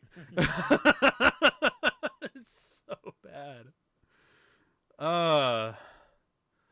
But yeah, so I'm just trying to think, like, going back to a much more interesting conversation than these cats are having. Because, like I said before, you can, take a piss, go to the bathroom, go to the lobby, get some. Let's go to the lobby to get ourselves some snacks. You won't miss a thing, guys. That's the point I'm trying to make here. But I'm just trying to think what you were saying about a CG thing, and I'm like, I normally love doing practical stuff, especially because of how much I loved how Michael Chiklis looked in the 2004 and 2007 movies. But I don't know. I guess I'm torn. I guess maybe do like what you were saying. Do part of it where it's where you actually have makeup that or a costume that it looks practical enough, and then you add CG to it later in post. Yeah, I loved Michael Chiklis's performance. I thought he was like excellent casting. Mm-hmm. The thing I didn't like about him is that they did nothing about his size. So Michael Chiklis isn't like a huge guy. Mm-hmm. Like, he was and back then especially he was like in really good shape because he was doing the Shield and everything. Yeah. And I was like 110% on board. I still think he's probably the best thing we've gotten. I would love for him to play him in the Marvel universe. It would be so fucking cool. Right? But I really think that like they missed out on giving him the brow. He doesn't look like the thing in the face, and that frustrates me. I actually was kind of okay with it just because he was actually able to emote enough through it. And I'm like, true. Right, well, it's not perfect, but I'm like, you know what? I'm on board with it just because he's actually doing a really great job working through all of that makeup. Right. Although I do disagree that I wouldn't want him to come back as the Thing, simply because his chemistry with Chris Evans was so fucking perfect that I'm like, no, they're like, it's like Jay and Silent Bob. You bring one in, you got to bring in the other guy. Otherwise, it's really Wouldn't not that be work. amazing if that's how Chris Evans came back to the MCU? It's like, we're not going to acknowledge that he looks suspiciously like Captain America. We're just going to roll with it. It's sort of like going back to Kevin's, like when Ben Affleck's character shows up in his movies and he talks about Ben Affleck.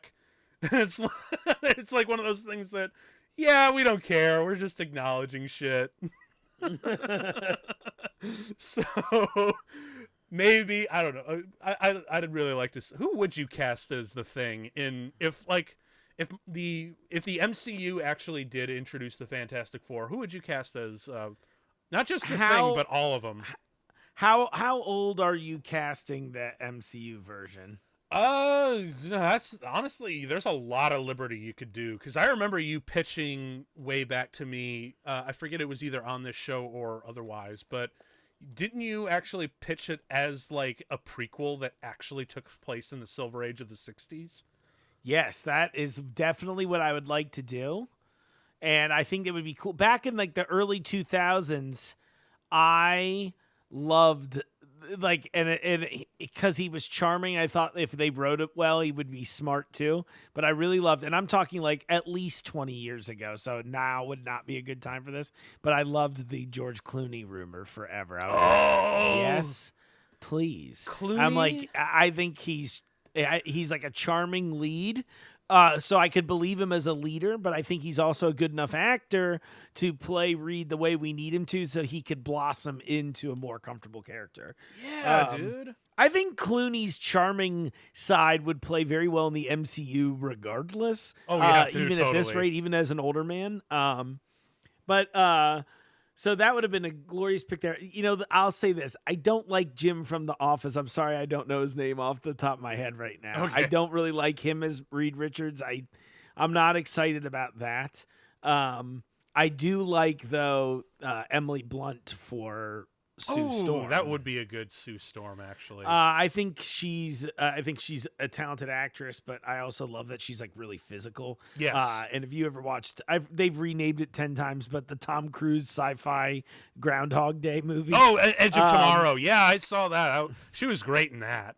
Yeah, and I remember thinking, I'm like, oh, I wish she was Carol Danvers, to be honest with you. But that did.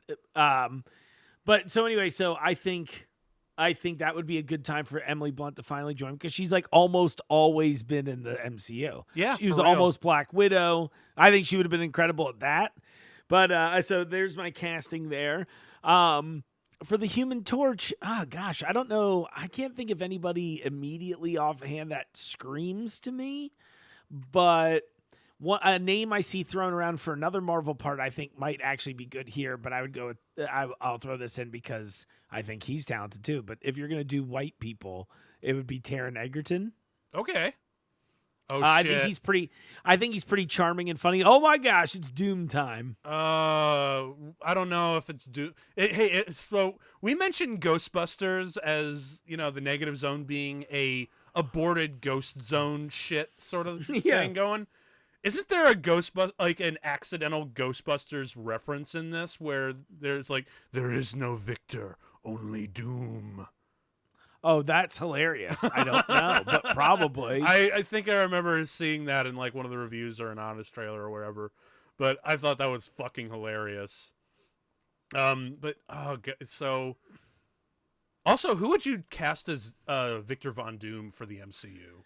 I feel like I don't like the idea that Doom is the same age as the kids anymore. I think that needs to change. Yeah. I think Doom needs to be the slightly older person. He needs to be like we need the anti-Hank Pym, okay? Yeah. Like the MCU Hank Pym. So we need an older guy. Maybe this is where Clooney shows up. I was about to fucking say that. Just like, but hey, like, get Clooney on that. Because I need him to be cool and arrogant, but he needs to be just a little maniacal and smart. Yeah. Damn, that actually would be kind of cool. But like the thing is, he'd have to carry a bunch of movies, so I wonder if they'd want someone a little younger, like, you know, Josh Brolin doing Thanos, for example.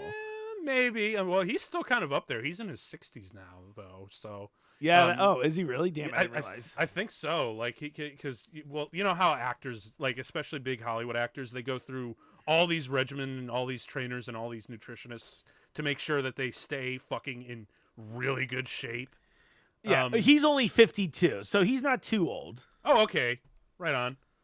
But yeah, dude, so I'd still like to see maybe someone in their like early 60s to do a Victor Von Doom. See, I think I would cast probably about a decade younger. I think I would want, because I want the rest of the cast to be, I want it to be like I feel like Reed should be not in his 20s, but like probably early 30s. Okay. So that there's not like and this is just my take, not a huge gap between them, because I want Reed to be able to see enough of himself in Doom in a weird way, like to see like this. Oh, you'll understand why. I like the idea of Doom being the person that Reed looks up to, and then when the shit hits the fan, and it's kind of Reed's fault, he's also a little upset for having, killed his mentor effectively. Yeah, apprentice mentor shit kind of going on. Okay, so are they going to go full scanners? Oh, they did. This is where, right on. Although scanners will always have the best head explosion ever. So, they did it with a lower rating because they kept the suit on, so it didn't blow through the helmet. But exactly, they're like, you guys, you can't go full R-rated. Like, we're not edgy enough yet. But does Doom have those kind of powers? I forget. I don't really. I feel like Dr. Doom's power set is a somewhat not well defined, because they're like, he's a super evil genius who sometimes has the power cosmic, but sometimes doesn't. Yeah, I love him. Just like he think looks he like does a crash have dummy. Yeah, doesn't he? With the mouth and the eyes. Right. I think they fucked up there. I think they should have just had like. I feel like this is correct in the power set. I feel like him force slamming people against the walls and shit is real, but I don't really know. Because he's like, The point I think I'm trying to make here is you're never going to see anyone cosplaying this on the floor, No. whenever the fuck we're going to have conventions again. Right. But when we do, I guarantee you will not see this version of Dr. Doom on the floor. Matter of fact, have you seen any good Doctor Doom cosplays? Because I haven't actually seen. Maybe it's just because I haven't been to a convention for so fucking long. I did one time at like Mid Ohio Con like 30 years ago. I feel like it wasn't really 30 years ago, but I was like 15 maybe. Times have changed, haven't they? Yeah, right. Exactly. Now that I'm in my 60s, no, but. My buddy Justin, though, I threw this Halloween party a couple years ago at our warehouse spot, and my buddy Justin welded himself his own Dr. Doom mask. Bitchin'. And it was honestly pretty. I mean, it was like, it was like a basic mask, but like it looked amazing. It was well done. I'm only saying it that way to temper the audience's expectations because, cosplay is... Oh, yeah, I'm dude. sure people very in the thick of things is not cool. I mean, hell, I'm sure, dude, like, he'd still look amazing just with the cloak. Yeah, right? Oh, man. Oh, yeah, okay, it's so like... what the hell is his motivation here? He's like, I just want to leave. Okay. So, just let him go. Like, if he wants to go back to the negatives, just leave him be. Like, you don't have to keep him here. Yeah, that's kind of why I don't know why they wouldn't let him go back to the negative zone if that's where he's trying to go. Yeah. Oh. Okay. Killed Daddy-O right off. Okay. So, well, we got to show he's evil, I guess. Right. Oh, look, a power. We actually got to see him use a power. Yay. And then Reed, yeah, right. This is so dumb. Reed's like the only one who's used his powers. Well, I mean, we saw a force field and we saw a flame throw, and that was about it. And then Ben Grimm just walks around and throws tanks off screen. So fuck. And all in dark rooms that are key lit blue.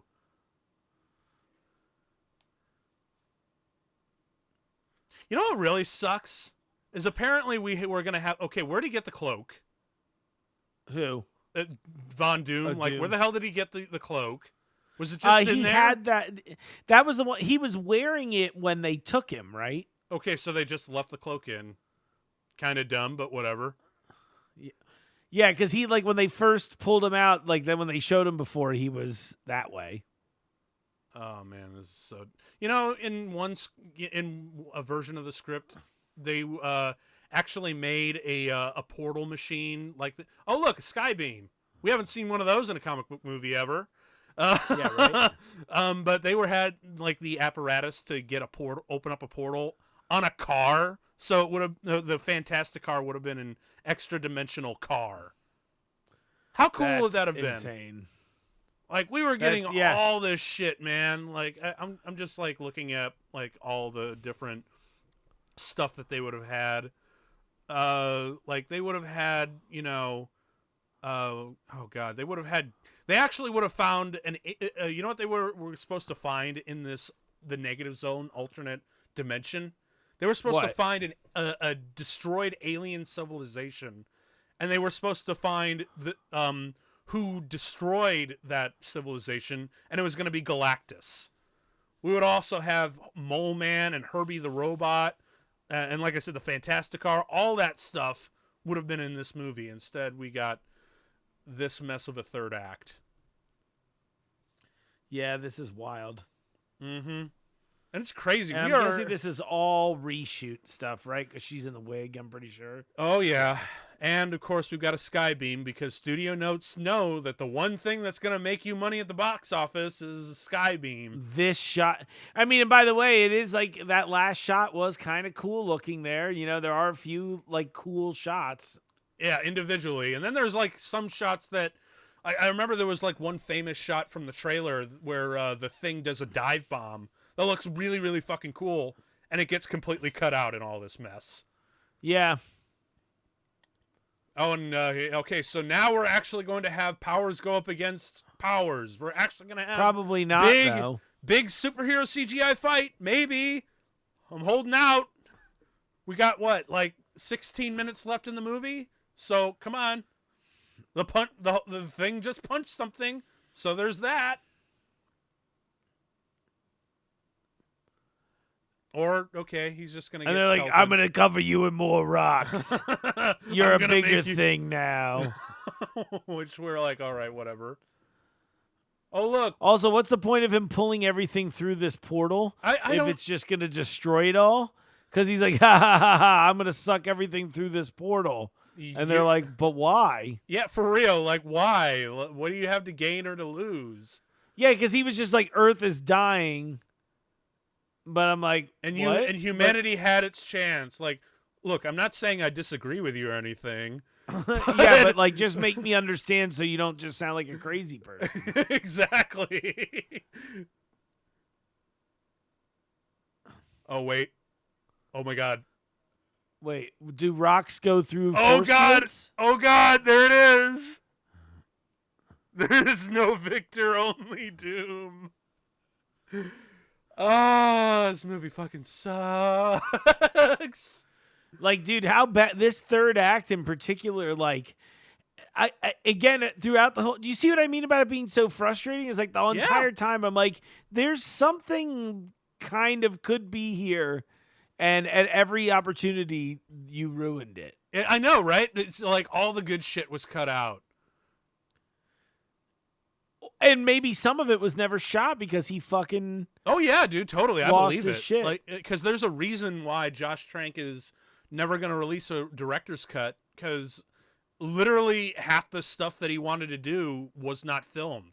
It was just instead reshot by the studio, so it doesn't even exist.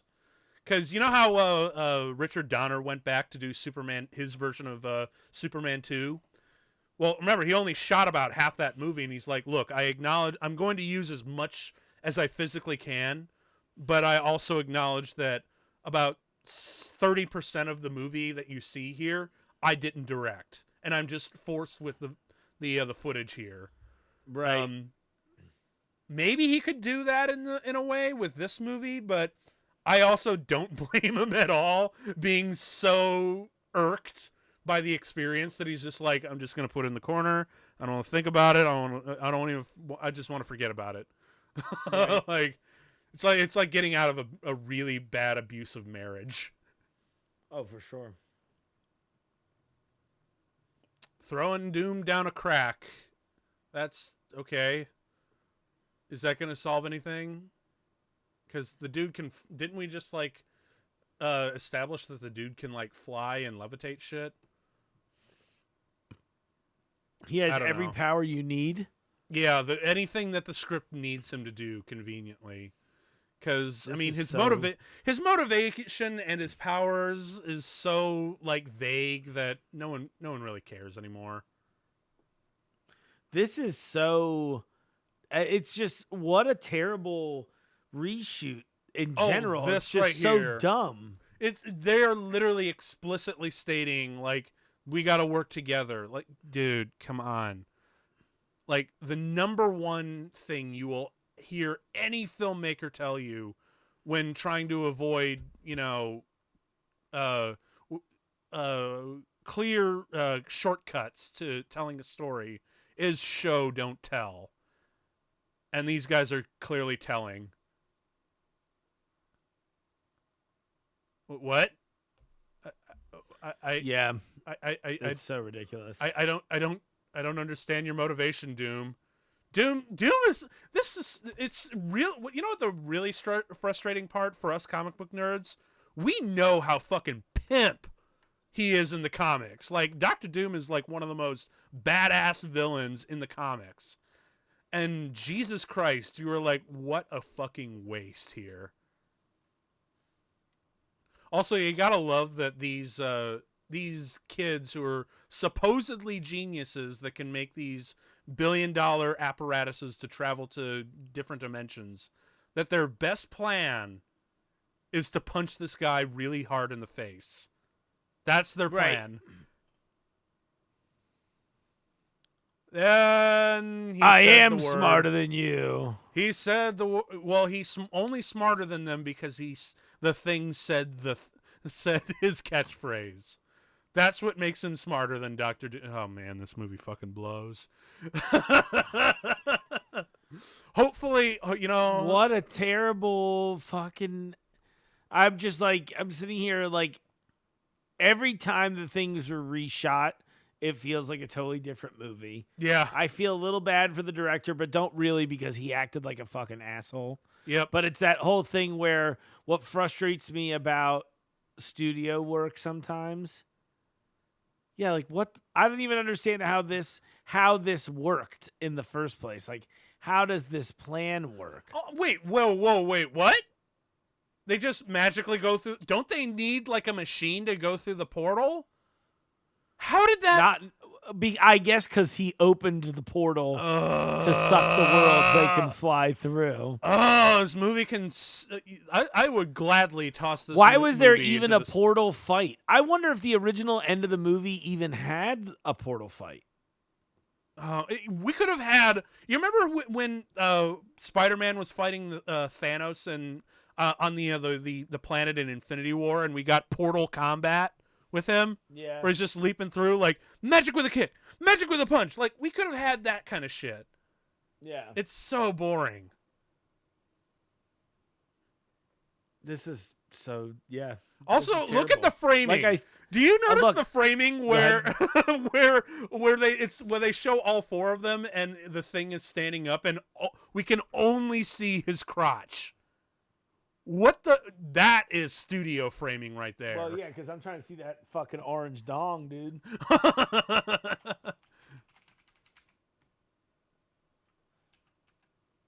Are we there yet?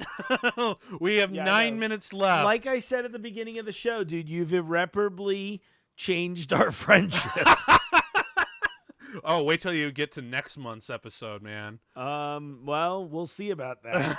I could die at any time. Well, at least, I like to think, though, that we're doing the public, the listeners out there, a great service by making this movie infinitely more entertaining than it ever could be on its own. Yeah. Just regardless of how many drunk friends you're watching. Because you ever have that thing where you're just like, hey, let's get a bunch of friends together, back when we could have gatherings.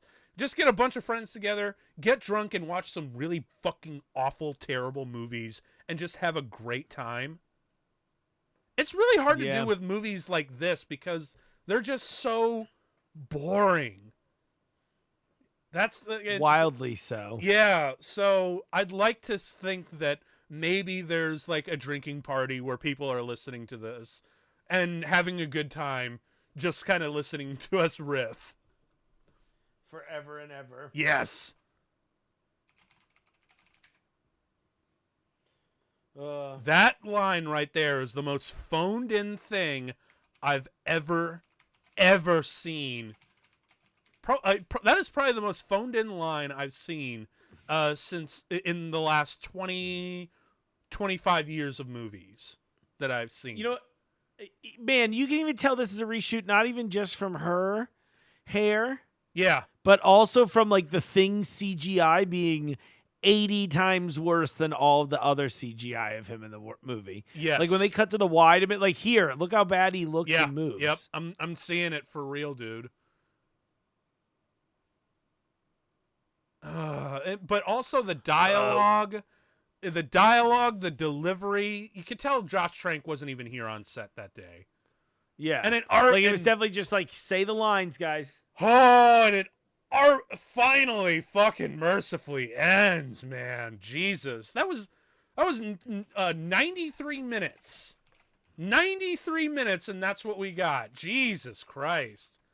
And not one, but not two, but three people wrote this script, man.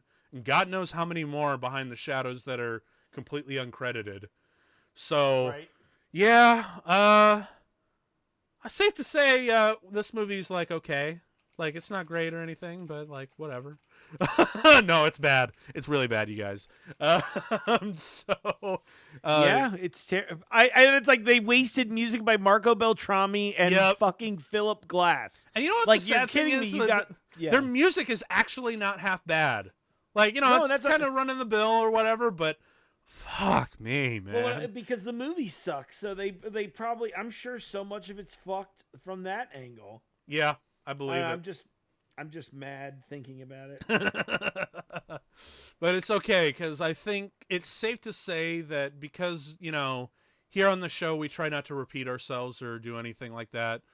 But now, just not even in the realms of this show, we can safely say that we will never, ever, ever have to watch this film ever again. Right, thank God. Right, for real. Yeah, like literally, if I ever meet another person who's like, hey, Mark, you want to come on my podcast and watch a Fantastic Four movie? I'm going to be like, Tim, take off the fake mustache. And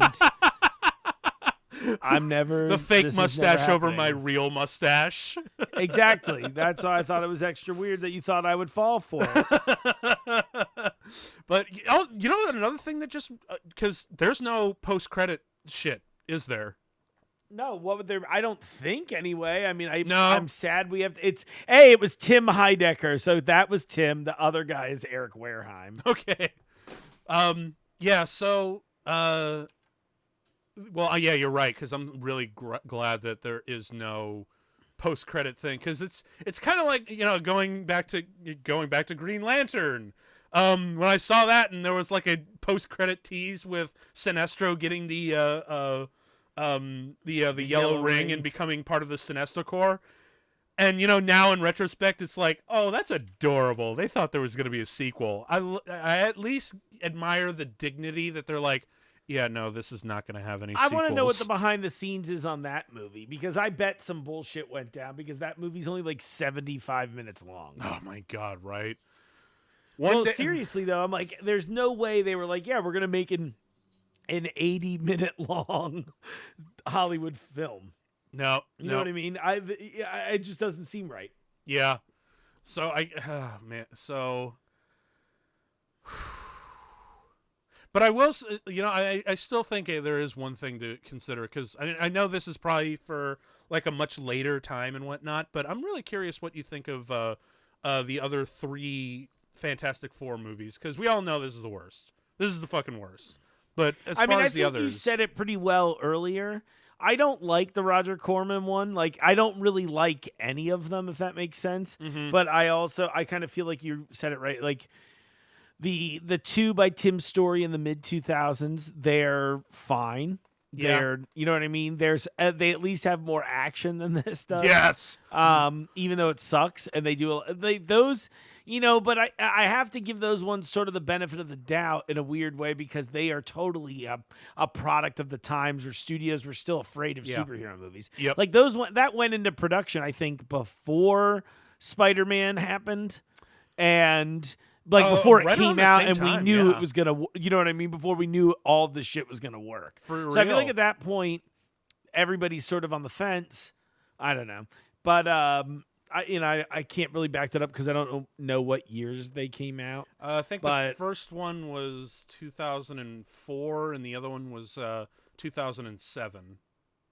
Okay, so yeah. Well, I guess the thing is they definitely feel like products of their time. But the point is they are forgettable. They're not worth your time really. But if they're on in the background, I'm not going to make a big effort to change the channel kind of a thing, if that makes sense. Yeah. I think the second one is better than the first, but that is very, very faint praise. With regards to the Roger Corman one, I kind of like the costuming in that it is literally he just tried to do it's too low budget, but they tried to do a 60s movie. It's kind of how I would actually want to do in certain regards, you know what I mean? Yeah, totally. In regards to some of the costuming ideas, but with the budget, you know, where they would set it very period. And it very much feels like a Jack Kirby book in a lot of regards. Yeah, they were hamstrung by the budget, so the flame-on effects look bad, and the casting's not necessarily right, but it's not, I don't know. It could be a ton worse for a movie that was so canceled. I'm just like, yeah, it would have done what literally all of the other Fantastic Four movies did.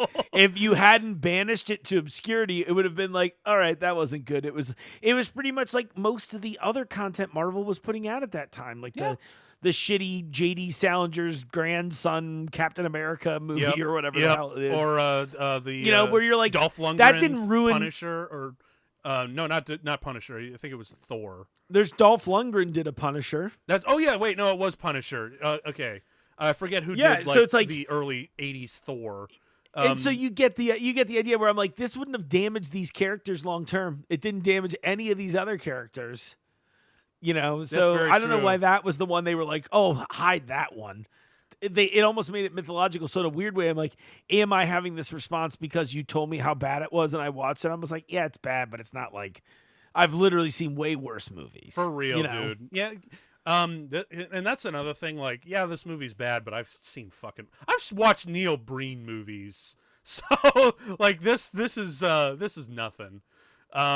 But yeah, I'm kind of on the same boat with you. Although I do like the Tim Story movies a little bit more, just because I was a lot younger when those came out, so I have a little bit more of a a sweet childlike taste for them. And now I look at them and I'm like, they're not really that good. There's a lot of stuff in there that I'm like, what the fuck, you guys? But right, and of course, being products of their time, that's 90% of the reason why we had Galactus was a space cloud, because Parallax in Green Lantern was also a space cloud villain. Man, there were a lot of space cloud villains in the mid 2000s, weren't there?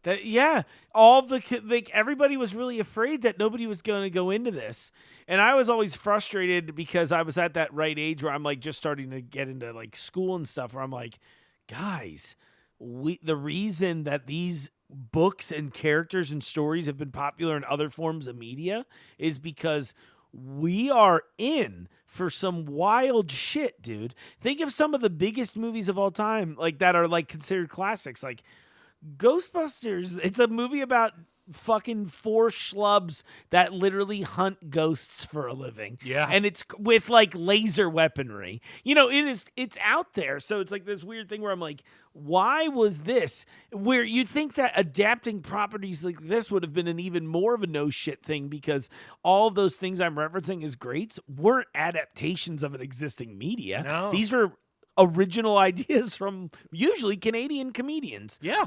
And no, and thinking about that, so I was always frustrated when when they, they make fun of it in the X-Men movies, and we talked about that when we did those. But was frustrating to me because I'm like, well, yeah, I didn't expect it to look like spandex, but you definitely could have used a fabric that looked cool and was also brightly colored Yeah. to make this, because it's art still, and like we like how colors look. For real. I always hated all that shit. I hated that they were so stubborn and against it, man. Because really, when you see cosplayers doing the things that they're doing on almost no budget or less than you would see on, Right. They're like, dude, you guys have no fucking excuse. You literally have. You actually have the budget to make those things even more better. Like especially when you look at Deadpool, his costume is fucking phenomenal, and they actually use CGI to enhance the face effects. Like, they move the eyes to make them slightly more expressive and whatnot. Expressive and stuff like that, sure. You can do it. Just don't have the fear. Don't be the cowards that you are. Use what you have. So, yeah, I think that's a good note to as any to to wrap this. End it on. Yeah, I'm into it. Let's burn this place down. Let's get the gasoline. I've got the lighter. All right. All the copies of Fant4stic are all right here. So, what do you say we light this bad boy up? Shall we? Yes, please. All right, man. So, why don't you sign us off for us, since you brilliantly signed us in? Well, everyone, thanks so much for making it through the show.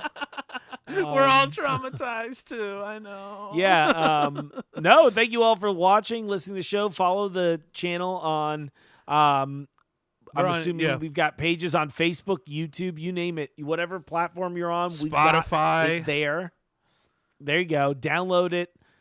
Send it to your friends. Show your friends. Force them to watch movies with you. Yes. And tell them to stop talking so they can listen to us talk instead. Oh, because that's how this works. Yeah. Thank you for another episode. I'm excited for another episode of Marvel Movie of the Month with Mark. Oh, yeah. Tomorrow we're getting fucked up with Fucked Up February. And, you're gonna hate me again. I am really looking forward to quitting the show. Oh, it's so weird, dude. Yeah, no. I am deathly ill for all of February, forever. I'm kidding. It'll be fun. Even shitty movies are fun to shit on. So. Yeah, for real, dude. Like, that's the thing. Like, even though we're watching shit movies, we're still making them way more entertaining just by hanging out and talking.